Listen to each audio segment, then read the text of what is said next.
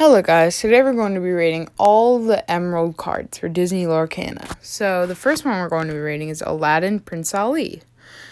He's alright. Ward is a weird thing. I don't really like it. I'm going to give him like a 4 out of 10. Beast Wolfsbane. He's a really good character because one, he has Rush. He can challenge the turn he's played.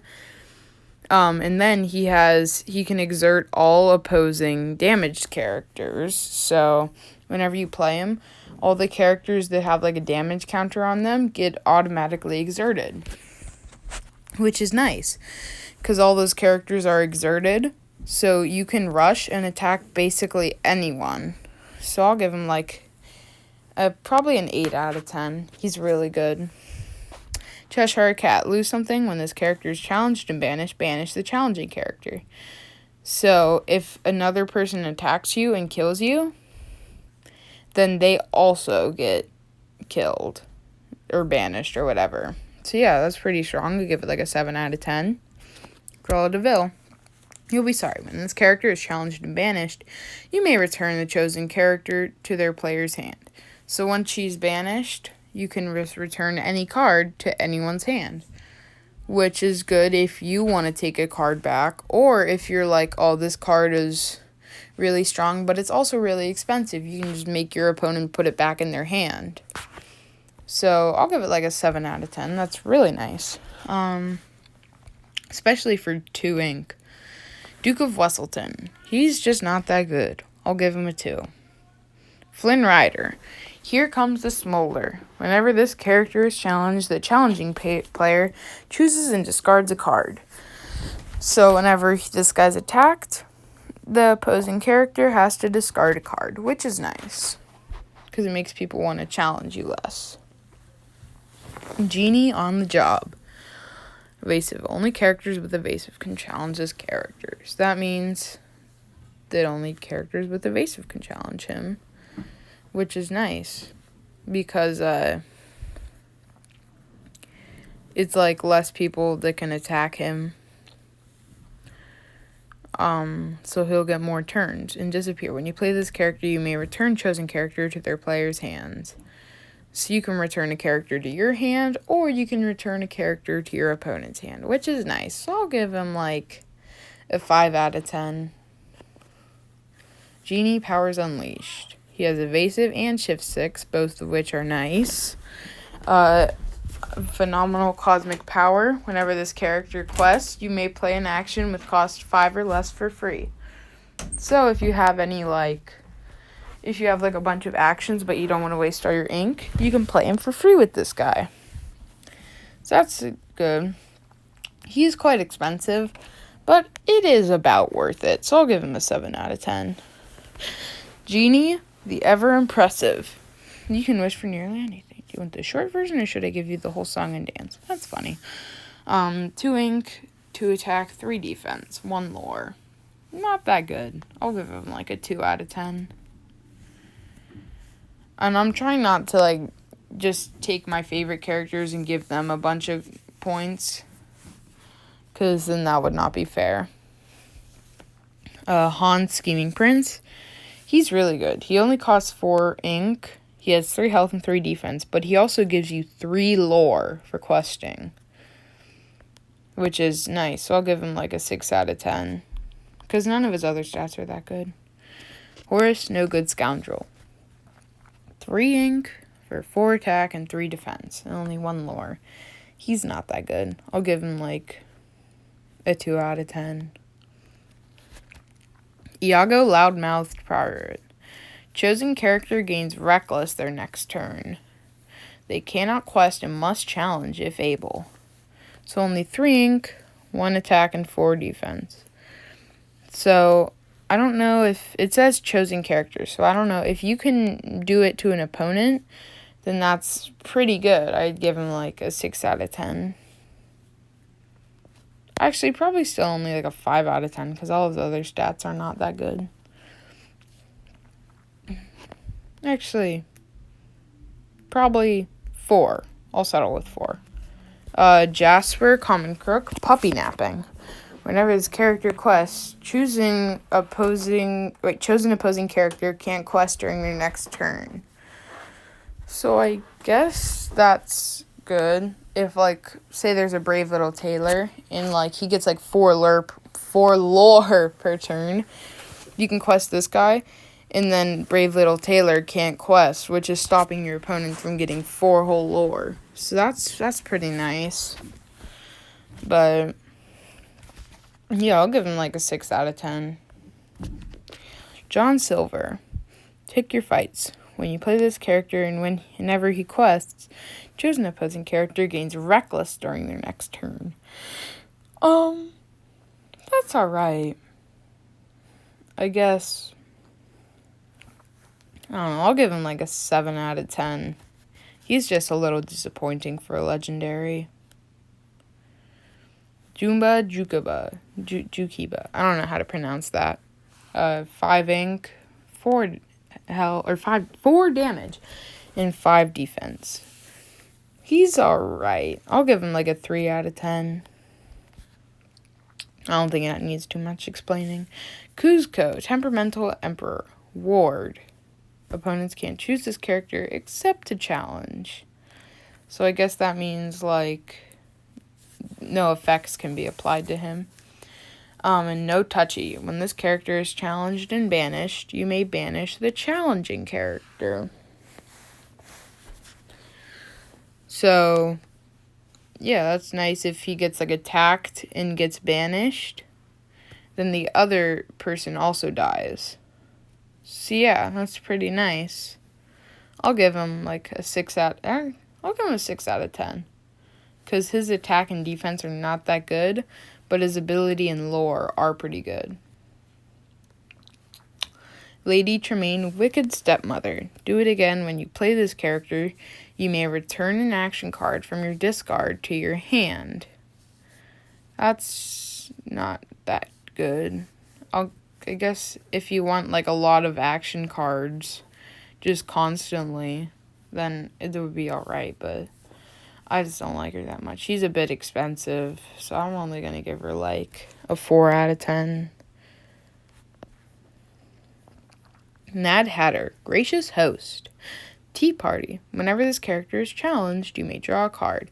So he can get, once he gets attacked, you get an extra card, which is always nice. So I'll give him, the rest of his stats aren't the worst, so I'll give him like a 6 out of 10. Megara, Pulling the Strings. Wonder Boy. When you play this character, chosen character gets +2 this turn. That's a nice little buff, but the rest of her stats aren't that good either, so I mean, I'll give her like a 5 out of 10. Mickey Mouse, Artful Rogue. Shift 5. Shift 5 is always nice. Or like Shift 6 or whatever, whichever one it is. Misdirection. Whenever you play an action, chosen opposing character can't quest during their next turn. So, you play an action, and then the opposing character can't quest.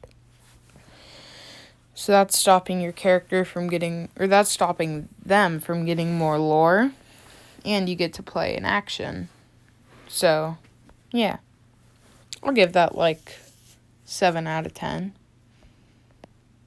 Actually, only like 6 out of 10 because the rest of his stats aren't the greatest. Mickey Mouse Steamboat Pilot. 3 ink, 3 damage, 4 defense, and 1 lore. He's not very good. I'll give him like a 4 out of 10. He is Mickey, so I'll give him like a 5 out of 10. But I'm trying not to like, yeah. Mother Gothel, Selfish Manipulator. Skip the drama, stay with Mama. While this character is exerted, opposing characters can't quest.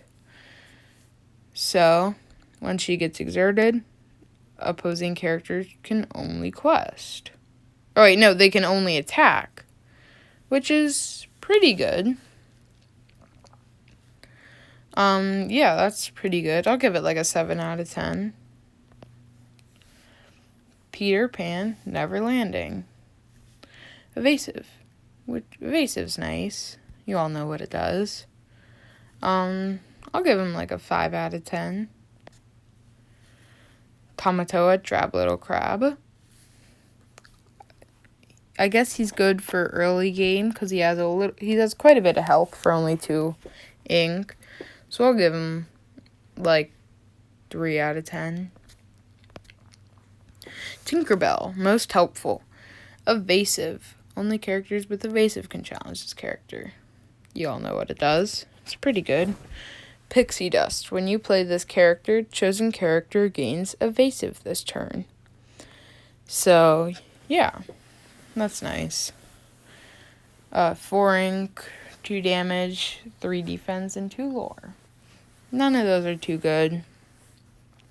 But it's nice that she can give another character evasive, and she has evasive herself. So I'll give it a 6 out of 10.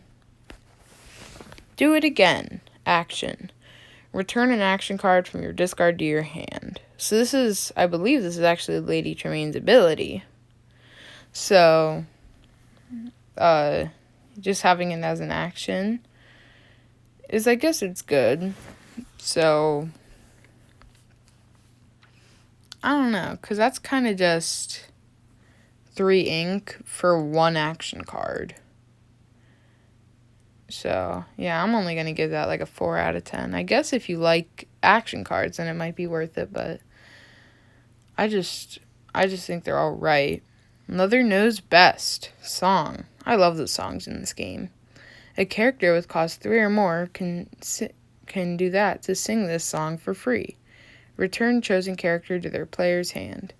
So that's nice if you want to, like, just give yourself, or if you want to put like an expensive character back in your opponent's hands. That way they have to pay more. They have to pay you, or they have to pay another time again to get him back out. So yeah, that's all right. Sorry, I made that really confusing. I'll give it like a 5 out of 10. Stampede. Deal 2 damage to chosen damaged character. I guess that's good for like finishing someone else. So I'll give someone else. So I'll give it like a 5 out of 10. Steal from the Rich. Whenever one of your characters quests this turn, each opponent loses 1 lore. So that's good, because you quest, you get whatever, like a few lore, and your opponent loses some lore. Sudden Chill. Action Song. A character with cost 2 or more can sing this song for free. Each opponent chooses and discards a card, which is nice, just getting rid of 1 card. The Beast Is Mine. Action. Chosen character gains Reckless during their next turn. They can't quest and must challenge if able. So, that's alright. I don't really like the Reckless ability. So I'll give it like a 3 out of 10. Vicious Betrayal. Chosen character gets +2 attack this turn. If a villain character is chosen, they get +3 instead. So yeah, that's pretty good. If there's a villain in your deck, that's +3 damage for only 1 ink. So yeah, I'll give that like a 5 out of 10. Dr. Facilier's cards. The cards will tell. You pay 1 less for the next action you play this turn. Which is nice. Because then you can get another action down for only, like, for 1 less. So, yeah. I mean, I'll give it, like, a 4 out of 10. Why did that happen? Stolen Scimitar. Chosen character gets +1 attack this turn. If a character named Aladdin is chosen, he gets +2 instead. That's nice, but it's kind of just a worse version of Vicious Betrayal, if I'm reading it right.